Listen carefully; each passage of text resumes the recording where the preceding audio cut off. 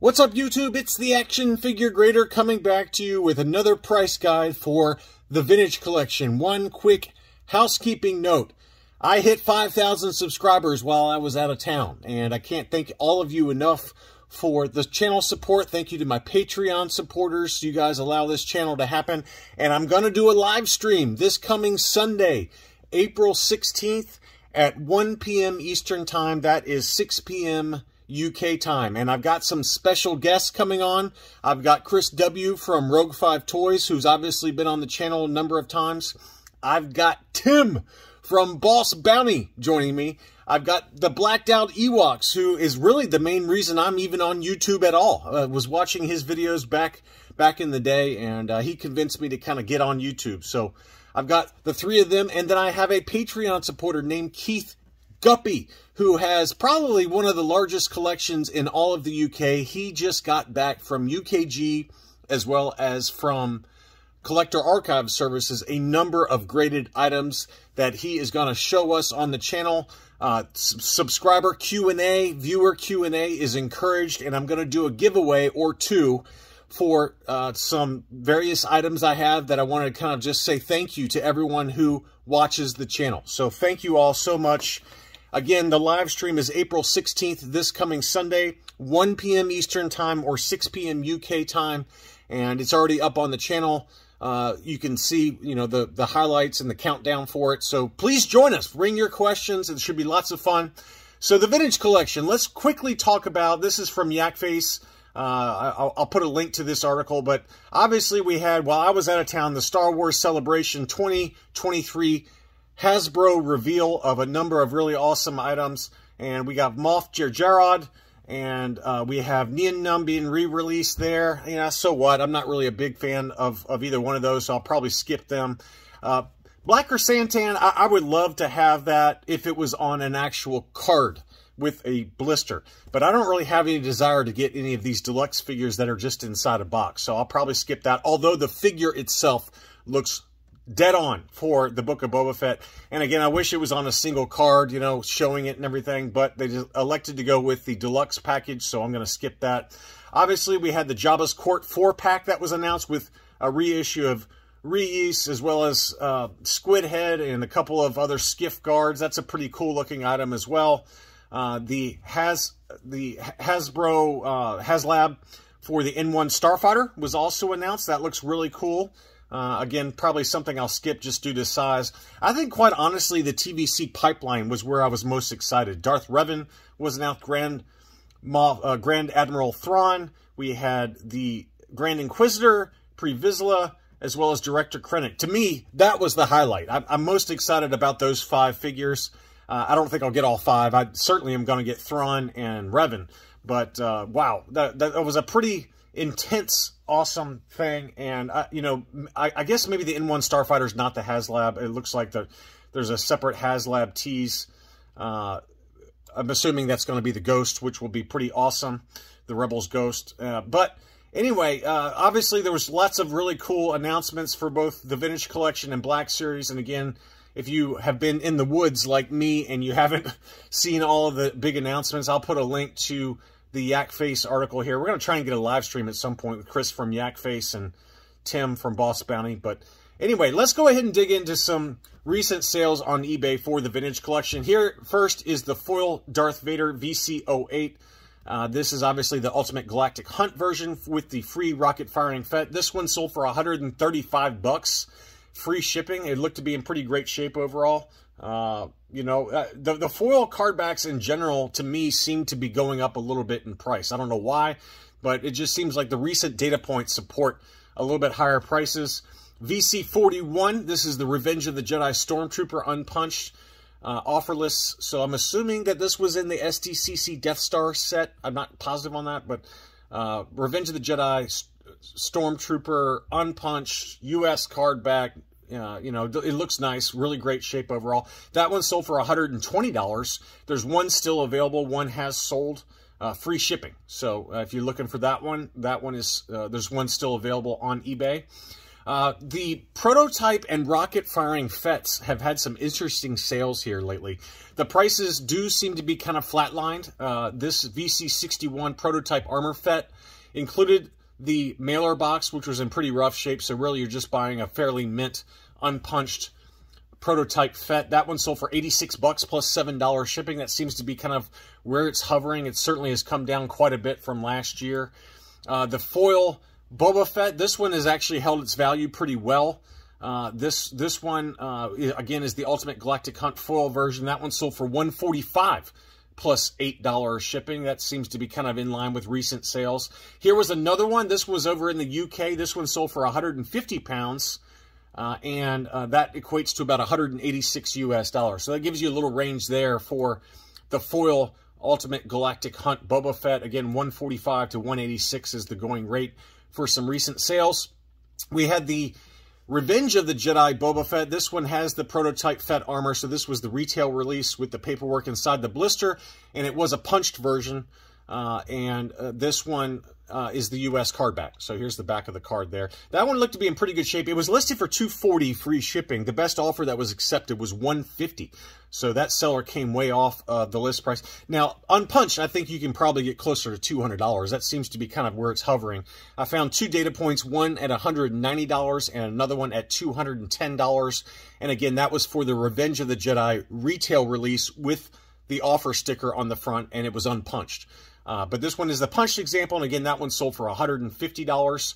This was an interesting lot. This one had the foil Clone Commander Cody, along with the VCPO3 mail-away rocket-firing Boba Fett in an auction for the two of them. This one was the unpunched mail-away, and then obviously the punched foil, since the foils did not come unpunched. But this auction, $247.50 plus $10 shipping. Kind of a weird combination to include both of those, but I guess not really. I mean, the rocket-firing Fett offer was on that foil Clone Commander Cody, and you get the actual item that was advertised on the front of that card back. So $247.50. I think that's a pretty good price for two what looked to be in pretty awesome condition card backs. Now, I want to talk about VCPO3 rocket-firing Fett. This one sold for $86, unpunched. Looked to be in great shape. It included the mailer box, which was not perfect, but in pretty good shape overall. It looked like some very light dings to the top of the card back for the VCPO3. But overall, I'd say probably 85 plus condition, and that sold for $86 plus $7 shipping. So that's really come down in price. Now, the more interesting discussion are the graded VCPO3s, okay? So this one was an 80 plus grade, all right? And it had the three-tier grading, 80, 80, 90 were the subgrades for an overall 80 plus. So not particularly high grade, but it was at auction, and it sold for $202.50, $25 shipping. But literally the same day, an uncirculated 9.0. So on the modern scale, admittedly, it's not apples to apples because the other one had three-tier grading. But it was only an 80 plus versus an uncirculated 9.0 for the exact same item. It was listed with a starting bid price of $225 plus $26.95 shipping, admittedly. So the shipping was kind of high. But you're talking, you know, let's call that $250 all in for that one, uncirculated 9.0.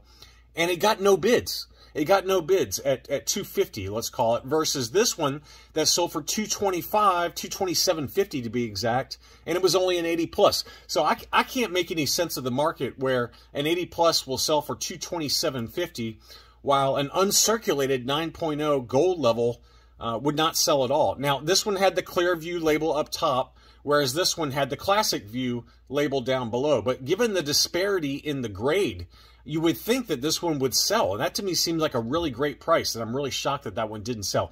And coincidentally, this seller did relist this one, I believe, starting at $150. So obviously it's going to sell now, I would think. So keep an eye out for that one. You can look it up. 23 Bounty Hunter is the seller, 100% positive feedback. But I think that he relisted, or she relisted this one. It was an uncirculated 9.0, and the starting bid is $150 now. So that one should definitely sell. Next up, we've got some other graded TVC. This one was an AFA 8.5 Darth Vader name pill, but it was punched. So very common to find this one punched. Again, it was 8.5 on the modern scale for the Darth Vader name pill Anakin from the Revenge of the Sith. That one sold for $200 plus $15.60 shipping. I guess that's about right. I mean, ungraded, you could probably get it for $150 or so for a punched example. Unpunched, obviously, it's a lot more expensive. We've documented that numerous times on the channel. Next up was a 90+ grade Lumat, unpunched, and this one was graded by CAS 90, 90, 95, 90+ grade. That one sold for $195.50 free shipping. I thought that was a great buy, given that ungraded, these can go for $140 for the Lumat, but that's a pretty good buy there for a nice high grade. Next up was low gray. This one was graded CAS 90, but it was a punched example on the US card. That one sold for $100 free shipping. Very fair price to me for a nice high grade, even though it was a punched example. Now, this is the one that confused me the most, okay? So we had a CAS 95 grade Nikto Skiff card. Now, it didn't have the sticker on the front of the card, the Darth Maul offer sticker, but it did have the paperwork inside. So either the sticker was removed by whoever owned it and submitted it for grading, or it just missed it in the factory, which is probably the more likely scenario. But the pictures were not great, admittedly. I mean, there's lots of reflections, and I think that this supports the idea that if you're going to list something on eBay, get a light box. Get a $25 light box. Really show it off. Get rid of all this glare that you see right here, both on the front and back. You can see how much glare it is. It's just hard to see it very well. But it was unpunched, CAS 95, and it sold for $125 free shipping. Meanwhile, this one is the same item, admittedly with the sticker on the front of the card back this time, unpunched. This seller had one that sold for $160 free shipping. There's one still available, but $160 versus this one that's graded CAS 95 that sold for $125. So again, like the VCP03 Boba Fett, I can't make any heads or tails of what's going on with what people decide to spend their money on. But that one sold for $160. That one sold for $125 after already being graded. Got some other TVC that are graded. We've got a Death Watch Airborne Trooper graded AFA 85 with the 3-tier grading. That one sold for $77 plus $12 shipping. I believe I had this one in my What to Buy video a week or two ago. And then the Mandalorian Super Commando Captain was also graded AFA 85. That one sold for $87 plus $12 shipping. Next up, we've got the Sand Trooper with the Dirty Armor. Unpunched US card back. This is one that we all know tends to sell for big money, and this one was no exception. This one sold for $200 US free shipping, and that's kind of in line. I've seen as low as about $150, but this one did look particularly mint to me, and that Dirty Armor VC-112 Sand Trooper sold for $200, so that's towards the upper end. And I wanted to talk about Rey. The only reason I really showed these Rey data points is because obviously during Star Wars Celebration, Lucasfilm confirmed the rumor that I mentioned a couple of weeks ago that they were going to bring back Rey. And certainly they confirmed it at Star Wars Celebration that there is going to be a new film where Daisy Ridley is going to reprise her role as Rey, and she's going to be leading the Jedi Academy and kind of bringing back the Jedi. So big surprise there that the rumor that that was online proved to be true. And apparently during that rumor, they did mention that Rey is going to get into adventures with R2-D2 and Chewbacca. And there is even a hint that Grogu is going to be tied in that movie. And obviously they also announced a Mandalorian movie. They announced a movie talking about the dawn of the Jedi that's going to take place 25,000 years prior to the Skywalker saga. There's going to be the Acolyte that takes place during the High Republic universe. So lots of new content coming out. The Mandalorian movie apparently is going to tie in everything that we've seen in seasons 1 through 3 and tie it back into the broader Mandoverse. And certainly it's very likely that we could see Grogu in this Rey-centered movie. But as a result, I wanted to go ahead and look up VC-156, which appears to be the most popular Rey figure. And this one did sell. This seller had 2 of them. Both of them sold very quickly after the Celebration news of Rey reprising her role. Is it just me, or does this character... And this one sold for $77. 2 of them both sold $77 plus $8 shipping. But I want to do a close-up of the actual figure for Rey. Is it just me, or does the action figure for Rey look like Miley Cyrus? I don't know how that came into my mind, but to me it looks more like Miley Cyrus than it does Daisy Ridley. But I just wanted to mention that for no other reason than it came to my brain. I mean, look at that figure sculpt, that face sculpt. It looks like Miley Cyrus. It's a party in the USA. It's a party in the USA. That one sold for $80, free shipping. I promise to not sing anytime ever again. Next up, Chopper. We obviously saw the awesome trailer for Ahsoka on the Disney Plus and during Celebration, and the Rebels team was confirmed. They showed Chopper. They showed Aira Syndulla. Obviously, we just saw Zeb Orrelios in The Mandalorian Season 3.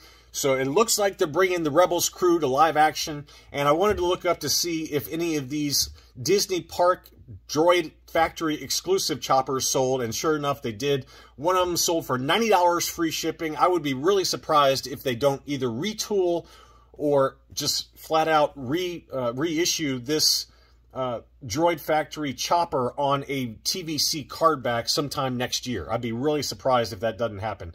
It's a great looking figure. I just don't like the card back that much. I'm not a big fan of the Droid Factory card backs, but to me, they could probably just go ahead and reissue this figure. I mean, it'd be awesome if they kind of gave it some weathering and maybe some better paint apps, a little bit less cartoony, and go for a more realistic look. I do like the card art. I like the card art for Chopper there, but I just don't like the Droid Factory blue background on that one. But anyway, I would expect that we'll probably see a TVC Chopper, Aira Syndulla, maybe a Zeb Orrelios, Ezra Bridger. Obviously, Thrawn has been announced for the pipeline. So I think it's going to be a really good year next year for the Vintage Collection with a lot of figures that I've been seeking for my own personal collection between Thrawn, Revan, and the Rebels team. So pretty cool. Anyway, that one again sold for $90 free shipping. And then finally, I had to show this one. I thought this was a great buy. This was a Bo-Katan signed by Katie Sackhoff. And so here it is. She's got a great signature for action figures, by the way. Look how awesome that signature looks. And this one sold for $202.50 free shipping. I thought that was a great buy. Just a fantastic deal. I mean, she probably charges, what, about $100 or so for her signature, maybe $150. And look how great that signature looks. So whoever, I didn't even see it until after it sold. I wish I had. I would have loved to have bid on that one. But $202.50 took home that VC 226 Bo-Katan with Katie Sackhoff's signature. So anyway, lots of data out there, lots of new information from Star Wars Celebration. I hope you enjoyed this video. Thanks so much for watching, and I apologize again for my terrible, terrible singing.